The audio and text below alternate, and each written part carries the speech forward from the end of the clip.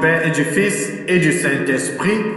Amen. Et bien de mon Père, bonjour et bienvenue à cette nouvelle journée de méditation de la parole de Dieu. Nous sommes vendredi, deux textes vont nous aider à rester fidèles à notre Seigneur Jésus-Christ, mais surtout, rester fidèles à Dieu qui nous a créés. 1 Roi, chapitre 19, les versets 9 à 16, c'est la première lecture d'aujourd'hui dans laquelle on voit la toute-puissance et la grandeur de Dieu qui se déploie et surtout comment Dieu s'est montré qu'il est l'Éternel des armées, lui qui oint les rois. Ensuite, nous allons lire la lecture de Saint Matthieu chapitre 5, des versets 27 à 32, dans lequel le Seigneur Jésus-Christ donne un enseignement sévère contre l'adultère. Un enseignement nouveau qui fait même froid aux dieux au dos. Un enseignement, comme quelqu'un dirait, très profond, mais de grand amour. Tournons-nous donc vers l'Éternel des armées. Ouvrons nos Bibles. Bienvenue.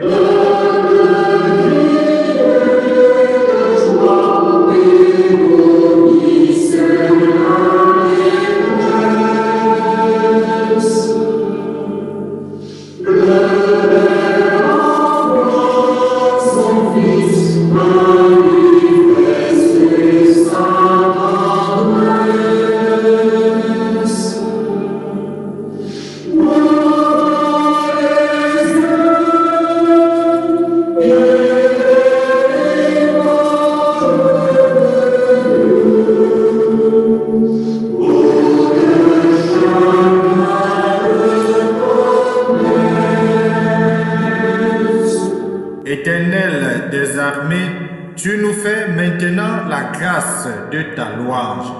Accorde-nous de pouvoir te chanter avec tous les saints éternellement, toi qui vis et règnes, Dieu pour des siècles et des siècles.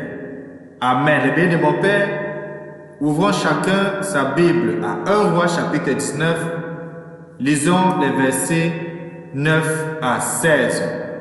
Bonne lecture.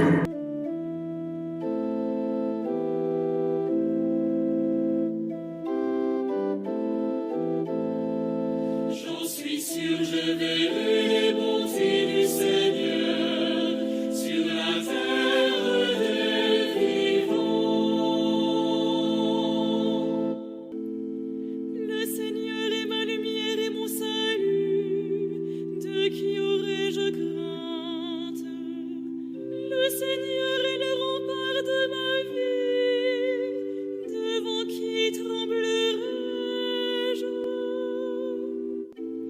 J'ai demandé une chose au Seigneur, la seule que je cherche, habiter la maison du Seigneur tous les jours de ma vie, pour admirer le Seigneur dans sa beauté et m'attacher à son temple.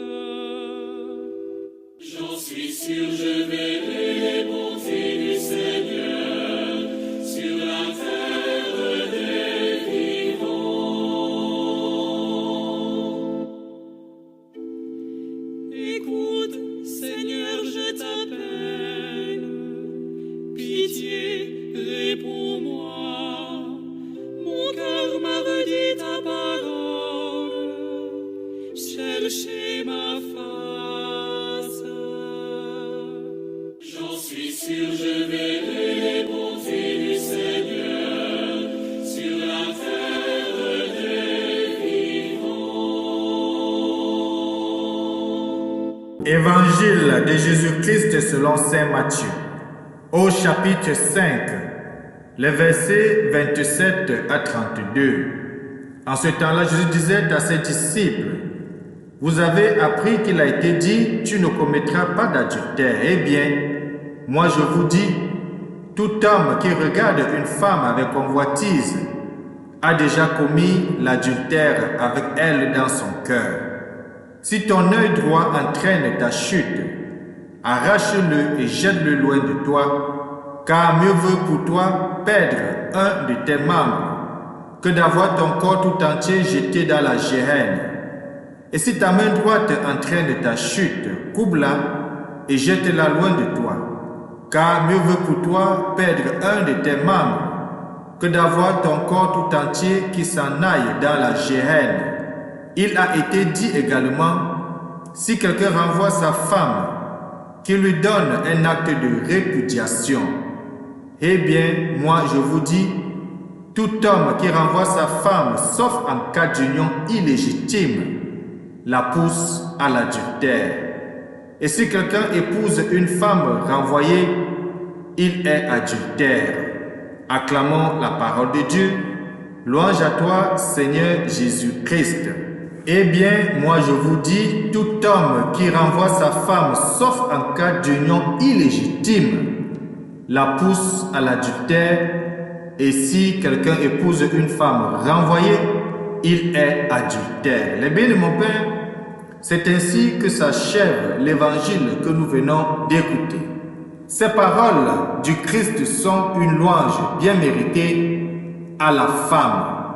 Pour les chrétiens que nous sommes, pour les baptisés, pour nous qui sommes disciples du Christ, la femme est la co-créatrice car élevée par le Christ à la dignité de mère de Dieu, puisque c'est la femme qui a donné corps à Dieu. Oui, c'est une jeune vierge, Marie, qui a porté dans son sein l'Esprit Saint et qui a fait que Dieu quitte de sa gloire pour revêtir notre humanité. La femme admirable, compagne et complément de l'homme parfait, les qualités de tendresse, de patience et d'écoute, d'accueil, d'abnégation, de courage et de générosité dont l'humanité a tant besoin. N'oublions pas les bénis de mon Père que depuis le livre de Genèse, Dieu, en créant l'homme et en mettant tout à sa disposition, va dire qu'il n'est pas bon que l'homme soit seul. Je vais lui créer un complément. D'autres traductions vont dire, je vais lui créer une aide. Et Dieu a fait dormir l'homme de sa côte, a créé la femme. Et quand l'homme va voir la femme et qu'il n'avait rien vu de pareil depuis qu'il était créé dans le jardin, il va s'écrier, waouh, la chair de ma chair, les os de mes os. La femme, réceptacle de la vie, la femme première est montée au ciel avec son corps. Rappelons lorsque nous célébrons l'Assomption de la Vierge Marie, et bientôt on va le faire au mois d'août, l'élévation de Marie au ciel. Quelle atteinte à sa dignité, quelle insulte que de la considérer comme un simple objet de plaisir, que l'on rejette délibérément quand on est lassé ou comme une bonne à tout faire. C'est ce qui se passe dans notre milieu de tous les jours, où les femmes sont convoitées rien que pour ce qu'elles peuvent donner comme plaisir. Et on oublie que la femme est d'abord une personne qui a une dignité, qui a sa dignité et qui doit être respectée. Et Jésus nous remet cela aujourd'hui en avant de l'évangile. La femme est à l'image de l'homme, mais surtout la femme aussi à l'image de Dieu, parce que Genèse va nous dire, homme et femme, il les créa à son image. La femme, compagne, épouse, mère, doit être aimée et désirée dans sa totalité. Cet amour et ce désir portent alors l'expression de la tendresse de Dieu.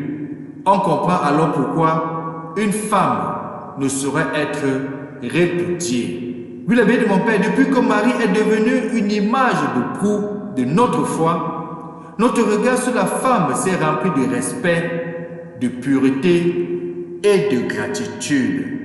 Et lors de l'évangile, on va voir la considération que Jésus a d'ailleurs aux femmes. Face à la femme qu'on voulait lapider, Jésus va s'interposer et va nous rappeler nous-mêmes nos erreurs et nos manquements. On va voir Jésus-Christ tout au long de son ministère public cheminer avec les femmes, les accorder les places de choix dans son enseignement.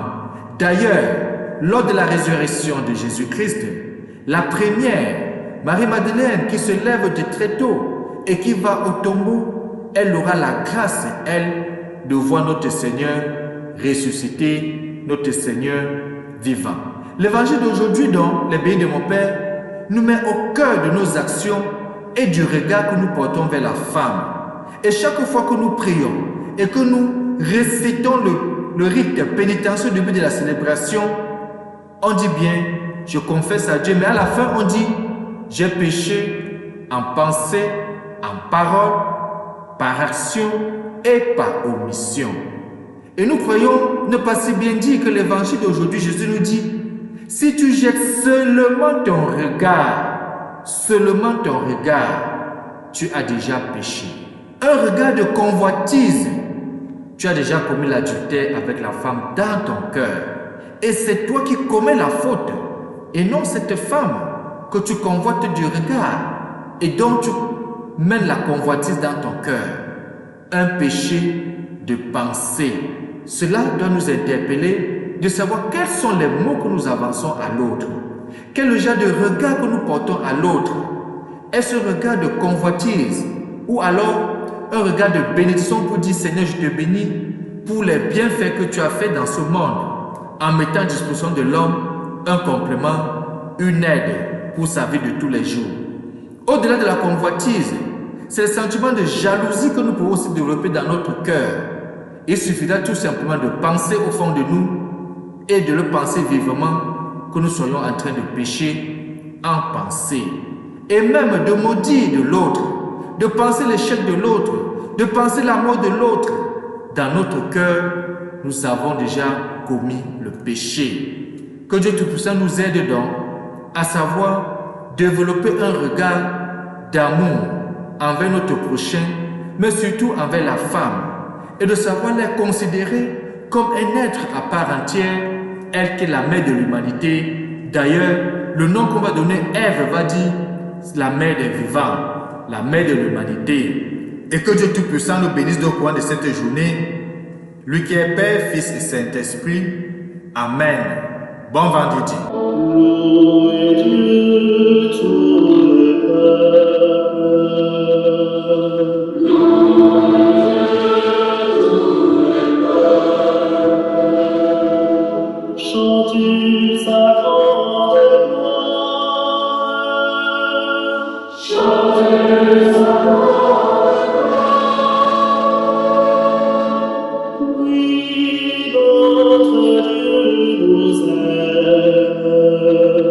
Son